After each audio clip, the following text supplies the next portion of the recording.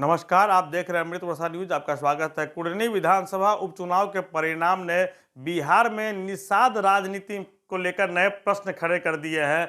इस चुनाव में मुजफ्फरपुर के भाजपा सांसद अजय निषाद वीआईपी पार्टी के सुप्रीमो मुकेश सहनी पर भारी पड़ गए। मुकेश सहनी के पार्टी के प्रत्याशी नीलाभ कुमार को लगभग 10,000 मत आए, जिसको लेकर वीआईपी सुप्रीमो मुकेश सहनी का दावा है कि ये मत उनकी पार्टी की वजह से नीलाभ कुमार को मिले। जबकि नीलाभ कुमार को जानने वाले, कुढ़नी विधानसभा को समझने वाले, इस चुनाव पर नजर बनाए रखने वाले प्रेक्षकों के मुताबिक नीलाभ कुमार अगर वीआईपी से नहीं खड़े होते तो संभवतः निर्दलीय भी लड़ते तो उन्हें 10,000 से अधिक मत प्राप्त होते। क्योंकि कुढ़नी विधानसभा चुनाव में उनका तथा उनके परिवार का व्यक्तिगत प्रभाव रहा है। नीलाभ कुमार के दादा 3 बार वहां से विधायक रह चुके थे और नीलाभ कुमार जिस समाज, जिस जाति से आते हैं उस जाति के स्थानीय लोगों में उनके परिवार का, उनका पैठ बना हुआ है। नीलाभ कुमार लंबे समय से तैयारी करते रहे हैं, यूथ आइकॉन के रूप में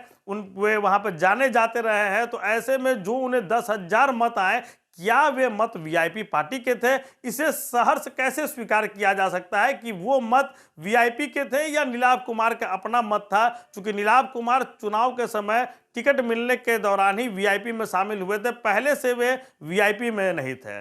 और कुछ ना कुछ जब उतने लंबे समय से वे वहां हैं, उनके परिवार है, उन्हें विरासत में राजनीति मिली है, तो निश्चित तौर पर समर्थकों का एक समूह उनके साथ जरूर बना हुआ होगा। और लंबे समय से जब विधानसभा की तैयारी कर रहे थे तो निश्चित तौर पे उन्होंने अपना 5-10 हजार वोट जरूर बनाया होगा। तो ऐसे में वीआईपी सुप्रीमो के दावों की तो ऐसे भी हवा निकल रही है। अब आते हैं भाजपा सांसद अजय निषाद पर।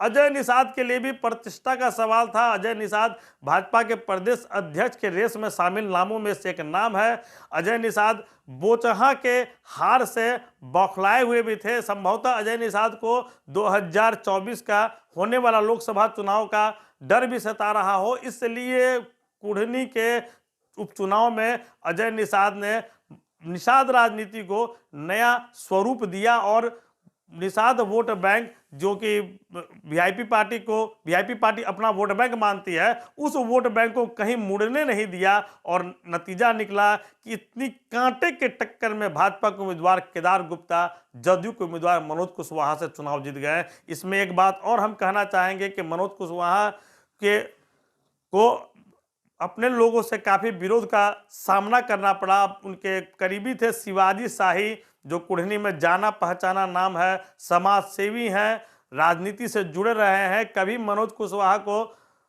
बहुत ज़्यादा ही समर्थन देते थे, उनका चुनाव को संभालते थे, उनके लिए वोट जुटाते थे। तो शिवाजी शाही जैसे समर्थक इस बार विरोधी बन गए थे।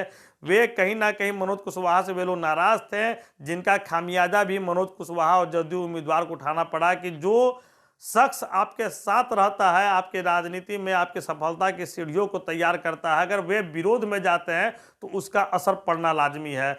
अजय निषाद भाजपा के सांसद हैं। उनके पिता कैप्टन जयनारायण निषाद केंद्र में मंत्री रह चुके थे, वे कई बार सांसद बने और निषाद राजनीति से में जुड़े हुए आइकॉन रहे कैप्टन जयनारायण निषाद। और मुजफ्फरपुर में बड़े संख्या है निषाद वोटरों की, वे जयनारायण निषाद पर लगातार आस्था बनाए रखी। यह बात अलग है कि जब वीआईपी सुप्रीमो मुकेश सहनी मैदान में आए, निषाद सेवा संस्थान नाम से एक अपना संस्था के माध्यम से वे घूमने लगे, निषादों को राजनीतिक तौर पे मजबूती दिलाने का प्रयास करने लगे, वादे किए, उन्हें लाभ भी मिला। 2020 के विधानसभा चुनाव में बीजेपी के साथ गठबंधन हुआ, उनके पार्टी के 5 विधायक जीते। यह बात अलग है कि वे 5 विधायक उन्हें छोड़कर भाजपा में चले गए। वे पशुपालन मंत्री भी बने थे सीएम नीतीश कुमार के मंत्रिमंडल में, बाद में मंत्री पद भी उनका चला गया। बीजेपी कोटे से एमएलसी बने थे। लेकिन सबसे बड़ी बात जो है, जो वीआईपी पार्टी के सुप्रीमो पूर्व मंत्री मुकेश सहनी को समझना पड़ेगा कि जब वे पार्टी चला रहे हैं, पार्टी का नेतृत्व कर रहे हैं, पार्टी के राष्ट्रीय अध्यक्ष बने हैं, तो कम से कम एक चुनाव उन्हें जरूर जीतना पड़ेगा। वे संसद का भी चुनाव लड़े, वे विधानसभा भी लड़े, लेकिन उम्मीद के विपरीत उन्हें हार मिली। तो जब पार्टी के मुखिया है तो कम से कम एक चुनाव तो उन्हें जीतना पड़ेगा, ताकि जो उनके पार्टी के अन्य लोग उनके टिकट पे चुनाव जीते, उन्हें यह महसूस हो कि मुकेश सहनी हमारे नेता है, अन्यथा अगर आपकी पार्टी से 1, 2, 3 विधायक कभी बनते भी हैं तो उन विधायकों को अपने पार्टी में जोड़ कर रखे रहना आपके लिए सदैव मुश्किल रहेगा। अब आते हैं अजय निषाद पे। कुढ़नी विधानसभा के उपचुनाव में भाजपा के जीत से अजय निषाद की स्थिति मजबूत हुई है। संभवतः अजय निषाद का नाम बिहार भाजपा के प्रदेश अध्यक्ष के लिए सबसे आगे चला जाए और बहुत चौंकाने वाली बात नहीं होगी अगर उन्हें अध्यक्ष भी बना दिया जाता है तो।